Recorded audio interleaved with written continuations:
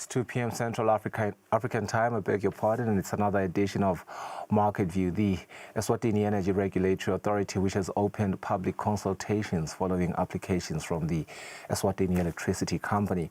We are going to focus today on the standardized connection charges as well as the wheeling framework charges.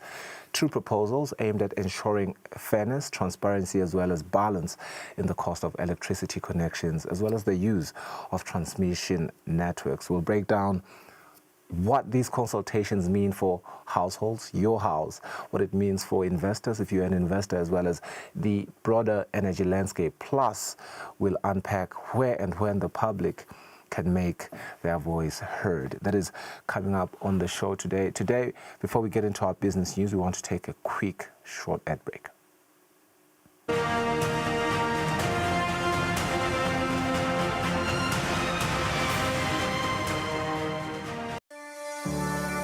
Eswatini TV has signed a code of conduct that is enforced by the Eswatini Communications Commission. We are committed to reporting news that is accurate, comment that is fair, and programming that does not amount to hate speech or the description of gratuitous violence or explicit sex. For any complaints of our programming, please contact us on 2411-9600 or email info@eswatinitv.co.sz. You can also contact the Eswatini Communications Commission on 2406-7000 or write a letter to ECCOM on PO Box 7811 Mbabane. Email address is info@ecom.org.sz.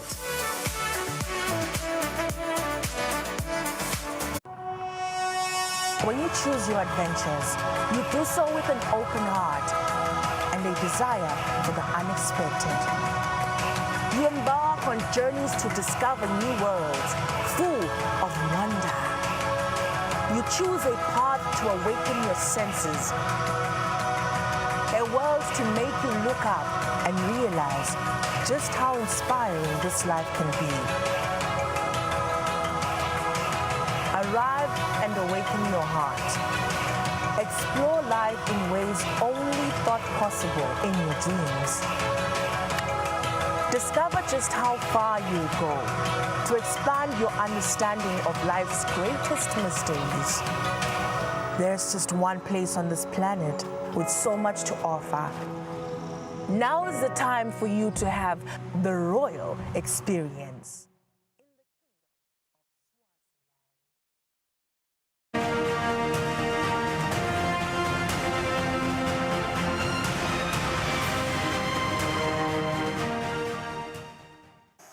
Thank you for staying with us. The Central Bank of Eswatini has released the August-September statistical release, and credit extended to the private sector amounted to 21.2 billion emalangeni at the end of August this year. It depicts a 1.4% decline month-on-month, but a 5.4% increase year-on-year. Now, the report further states that the government's net position with the banking sector has deteriorated significantly, closing at 904.4 million emalangeni at the end of August, primarily due to an advance from the central bank. As a result, claims on the government by the banking sector increased by 15.1% to 7.5 billion emalangeni, while government deposits decreased slightly by 0.7% to 6.6 billion emalangeni. To explain what this means for Eswatini, for our economy, we're joined by Business Eswatini's Chief Executive, Inati Dlamini, via our Zoom video link. Mr. Dlamini, thanks so much for your time. Always appreciate you joining us here for your insights.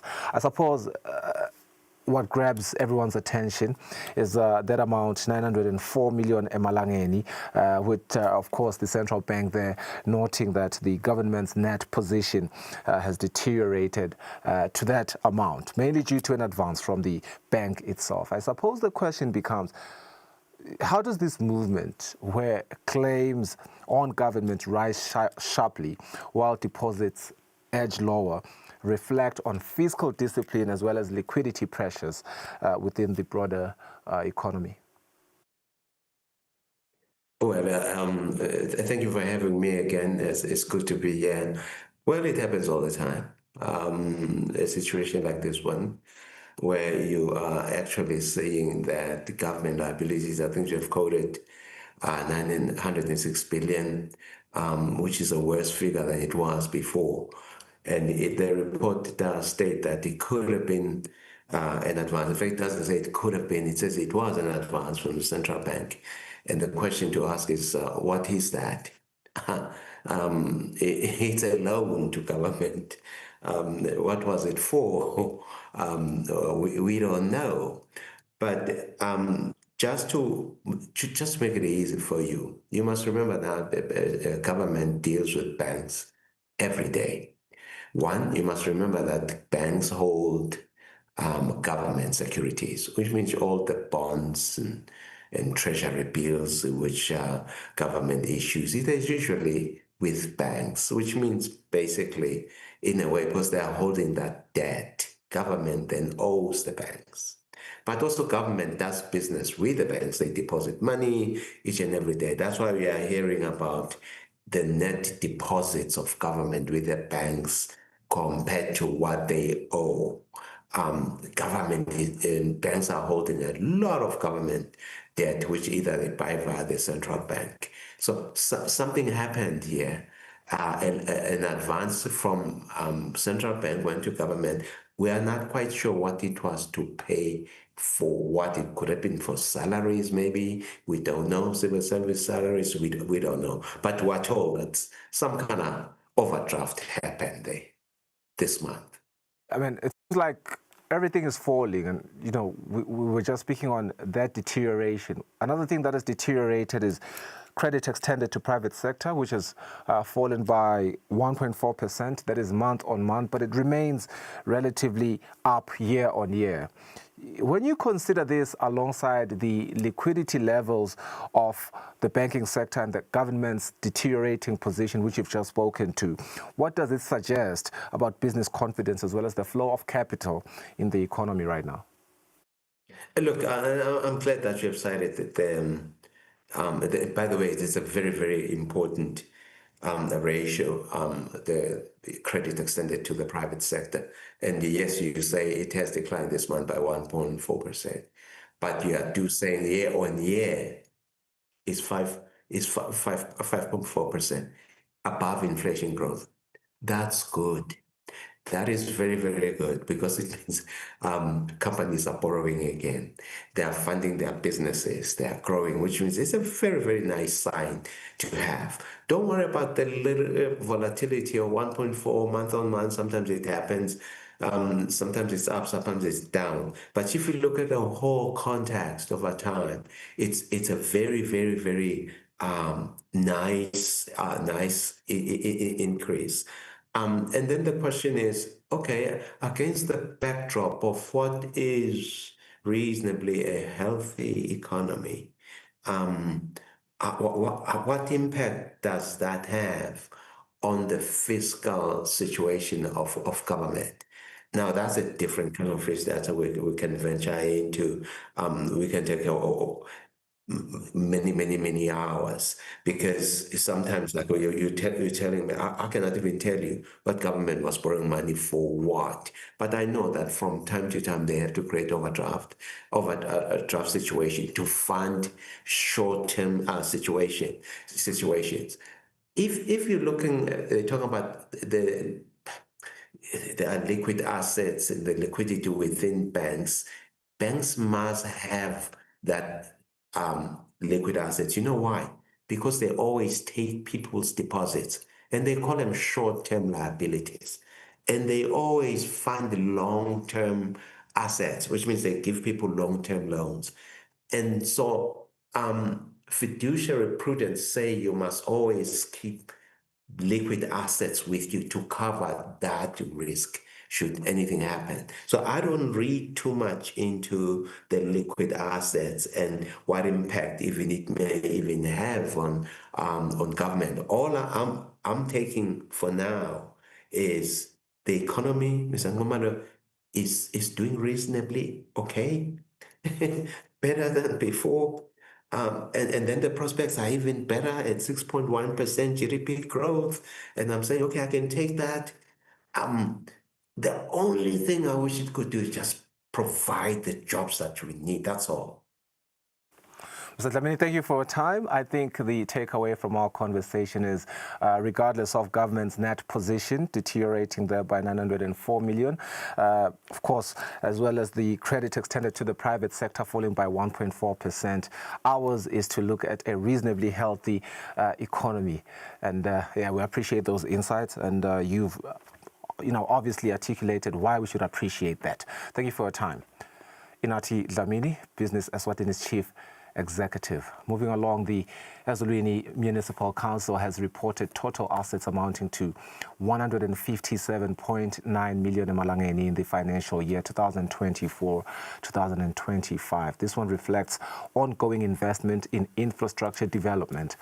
The Chief Executive, Thokoza Shongwe, stated that this represents a 2.4% increase from the previous year. That is driven by a strong property portfolio and an improved liquidity position. We reported total revenue base of 33.8 million, which is a 5.2 year-to-year growth.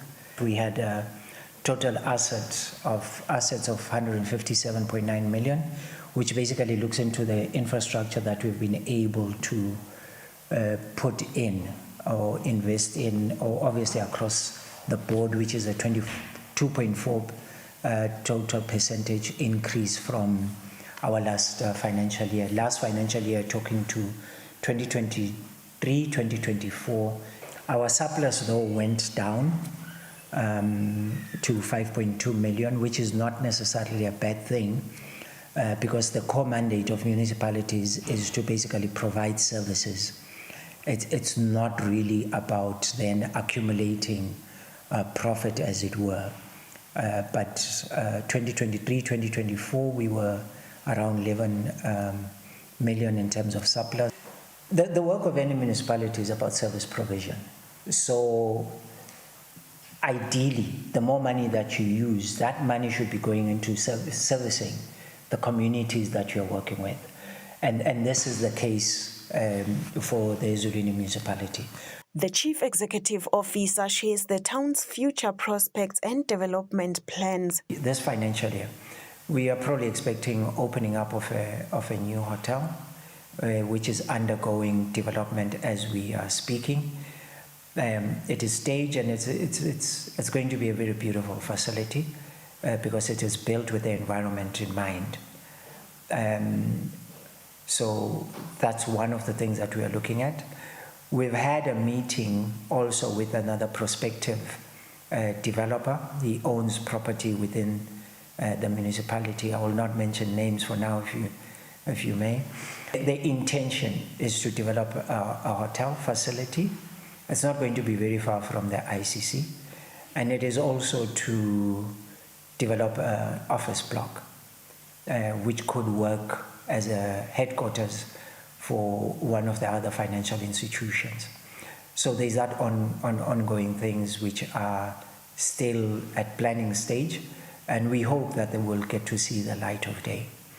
As a municipality, we put in a request to the Minister of Housing and Urban Development, where we requested for full ownership of the handicraft market. We were granted that property. So it's for us now to get the funds, whether internally or through shared processes, whether it's PPP, to develop the handicraft market. The other part which we have not spoken to is that of central bank facility, which continues to grow. As we speak, they're already occupying parts of the land which they own. The municipality's report states that major developments from the year 2021 account for about 305 million emalangeni. This includes the Eswatini Communications Commission building, Eswatini Water Services Corporation, as well as developments at Medicine Clinic. A total of 18 building applications were approved during the financial year under review, with a combined estimated development value of 22 million emalangeni. Applications included 7 new residential developments valued at 19.5 million emalangeni and 6 commercial additions worth 862,000 emalangeni. Reporting, Nelson Dlangamandla, Uminkosi Nzinisa, Ezulwini. From our news, we go straight into our Enterprise Watch now.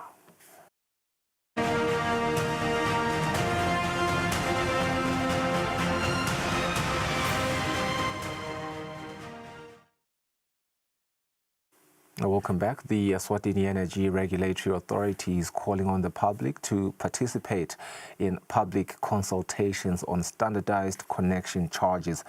They say that they are aimed at establishing a fair, consistent, as well as transparent framework for electricity connection costs. Now, the consultations will also cover wheeling framework charges, which seek to introduce indicative fees for the use of the Eswatini Electricity Company's transmission as well as the distribution networks. To unpack these key issues further, we're now joined by Nozipho Mthimkhulu, the tariff analyst at Sarah. Thank you so much for joining us here on the program. Good afternoon. Good afternoon, Mr. Ngumalo, and thank you for having me. Yeah, I suppose you did express to me that you want to give a more so comprehensible overview of what it is that we are talking about. So I want to provide that opportunity first. Thank you so much. I think it will just be to highlight that obviously the authority developed the connection charge guidelines in 2021. Right. This was actually as a result of the public outcry when it came to electricity connections or quotations rather. So many customers were actually burdened by the fact that there's so many inconsistencies when it comes to their quotations, and they didn't actually understand the charge or the costs associated with their quotations. Yes. So as a result, then the authority developed these guidelines. So this guideline addresses 2 types of charges. The first charge, we call it the standardized connection charges. And the second one, we refer to those as the non-standardized. So the application that we've received from the electricity company speaks to the standardized connection charges, which are particularly charges relating to customers who will be connected within a range of 350 meters from the connection point. So by a connection point, we refer to a transformer that is actually situated in that specific area. So if any customer is actually within the radius of 350 meters, then they will be charged in accordance with the standardized connection charges. Then for those who are actually situated outside the range of the 350 meters, then there's a different kind of charges that will be levied. But for now, those aren't active. Those fall under non-standardized. They will then fall under non-standardized. Right, yes, right. Thank you so much for that. Cool. So particularly, pretty much the application speaks to that, and the consultations that we're asking customers to join us on will just be addressing the standardized. Okay, makes sense. I suppose that addresses what challenges and inconsistencies prompted this whole development. But I suppose we want to get into the 2 most highlighted things here in terms of your goals, which is transparency as well as fairness. Yes. How is that going to be addressed to ensure that consumers, especially those within remote areas, are not unfairly burdened by the connection costs? Yeah. So what we'll actually have out of this exercise is that these charges will actually be published. That's the first thing, Mr. Ngumalo, because before, customers would normally go to the service centers where they will be quoted, and so many other customers would receive different codes. So now you at least know that if you're actually located 50 meters away from the transformer, you'll definitely be charged, I'll make an example, say maybe 10,000. If you are 100 meters away from the transformer, you'll be charged a certain fee. So these charges will actually be published and they'll be available to customers. Yes, there may be slight changes here and there caused by transport costs, obviously, because you might find that traveling to your place or my place would have that slight variance. Right. But at least the majority of the cost, you would know what to expect from your quotation. Unlike right now, where you'd actually just be surprised to get a quotation of 50,000 and have a neighbor tell you that, oh, my quotation was actually 4,000. And then you're like, okay, what criteria was used? So at least now there's a proper structure, there's a criteria, and we actually have this guideline being used for the first time in Eswatini.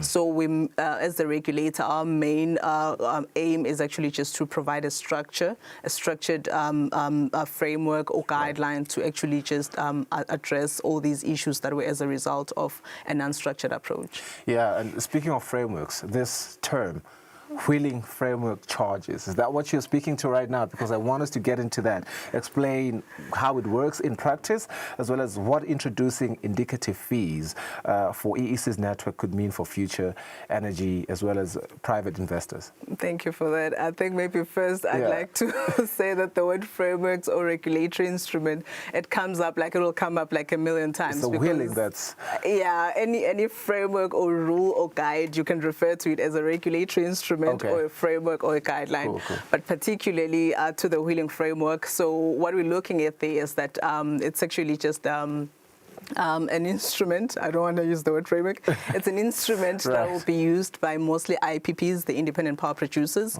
So what we actually envision is that the IPP will actually set up a plant, say at a specific location, and then use the existing EEC infrastructure to actually wheel power to another location. What we are avoiding is that given the infrastructure that we already have, we are avoiding that IPPs would come up and set up their own infrastructure. You don't want to have like spaghettis and spider webs, all over. So you want to actually have like an infrastructure that is actually following like proper technical requirements. So and as a result of that, then the expectation is that the independent power producer or that specific business will then pay a certain charge or fee to the EEC. So this then allows private sectors to be part of the game, if I may put it like that.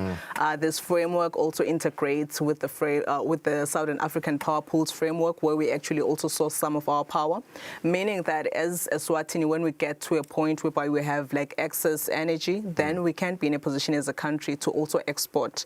Currently, we are importing about 70%, and through wheeling, that is how we're able to get that power to Eswatini. And the same framework will allow us to actually export when we reach a net export position. It looks like it's going to remedy a lot of economic problems that we are, going through as the nation. But let's speak to introducing indicative fees. So particularly the fees are meant to give they're meant to be an indicator to the IPP to know that, okay, if I'm actually wheeling over a certain distance, then this is the expected charge that I will have.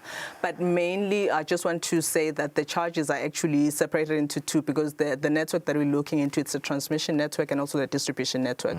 So for the transmission network particularly, based on the method that we are using or the model for determining these charges, the framework or the model looks particularly into the impact that this particular IPP will actually make on the network.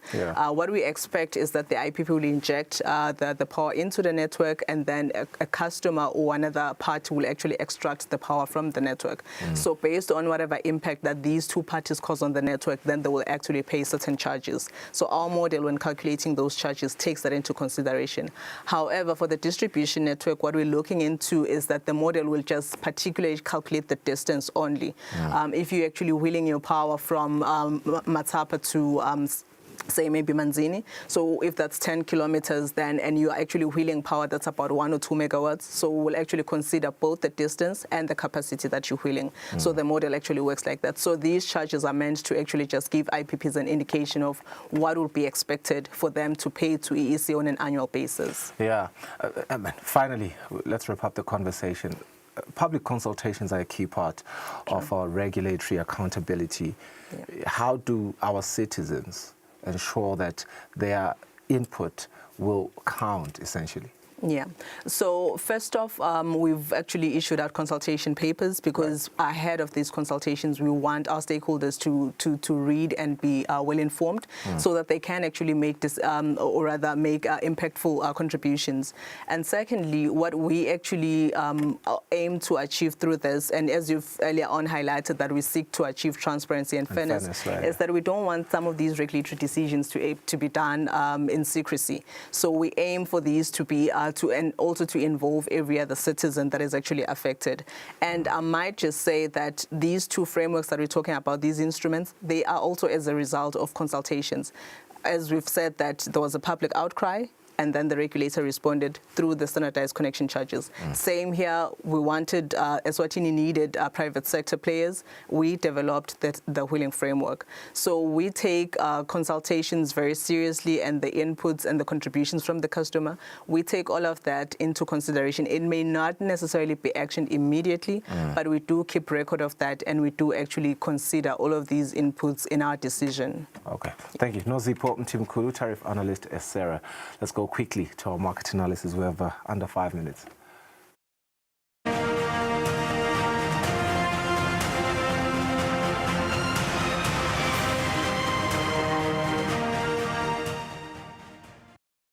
All right, from our Enterprise Watch straight into our market analysis now. Let's look at what the numbers are telling us today. We begin in Wall Street. We are seeing everything is on the green. S&P 500, Nasdaq 100. Dow Jones Industrial Average is down, and we move over. We look at what is happening in the European markets. FTSE 100 on the green, up 1.1. DAX up 28.11, while the CAC 40 index is down 18.65. We move over to mainland now. Asian stock market, the Nikkei 225 is up 6.12, and the Hang Seng Index is down 183.15, while the Shanghai Composite is up 20.25. Moving along, we look at the Johannesburg Stock Exchange, which is significantly down there with negative 170.37. And we move over now to the commodities. We're seeing here gold, this is known as the safe haven, up 9.5, and Brent crude oil is 0.005, down basis points. And then we look at the currency pair analysis. The USD SZL down, not surprised there, considering what is happening within the Trump administration. And the euro compared to the SZL is up 0.1.2%, while the Japanese yen is up 0.11%. That's it. That's our Market View, the Tuesday edition. Thank you for staying with us. We hope that you join us again tomorrow. Enjoy the rest of your day. Goodbye.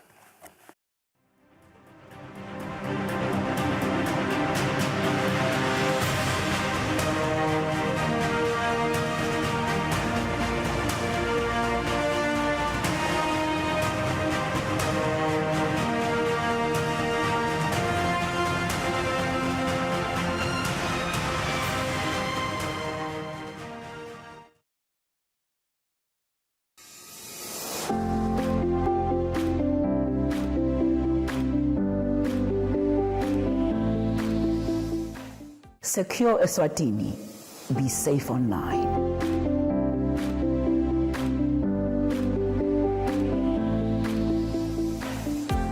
Good day, Maswatla Mahle, and welcome to Cybersecurity Month, the month of October.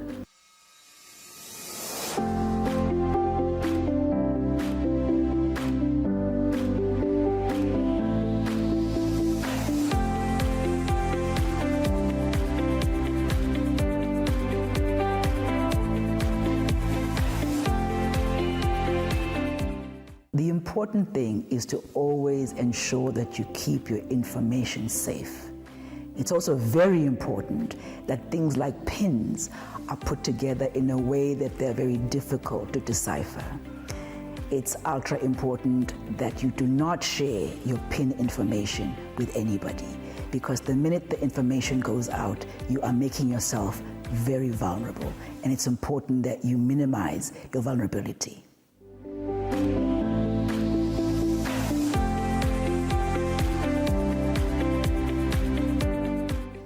The month of October is really about teaching awareness and keeping people aware about the subject of cybersecurity.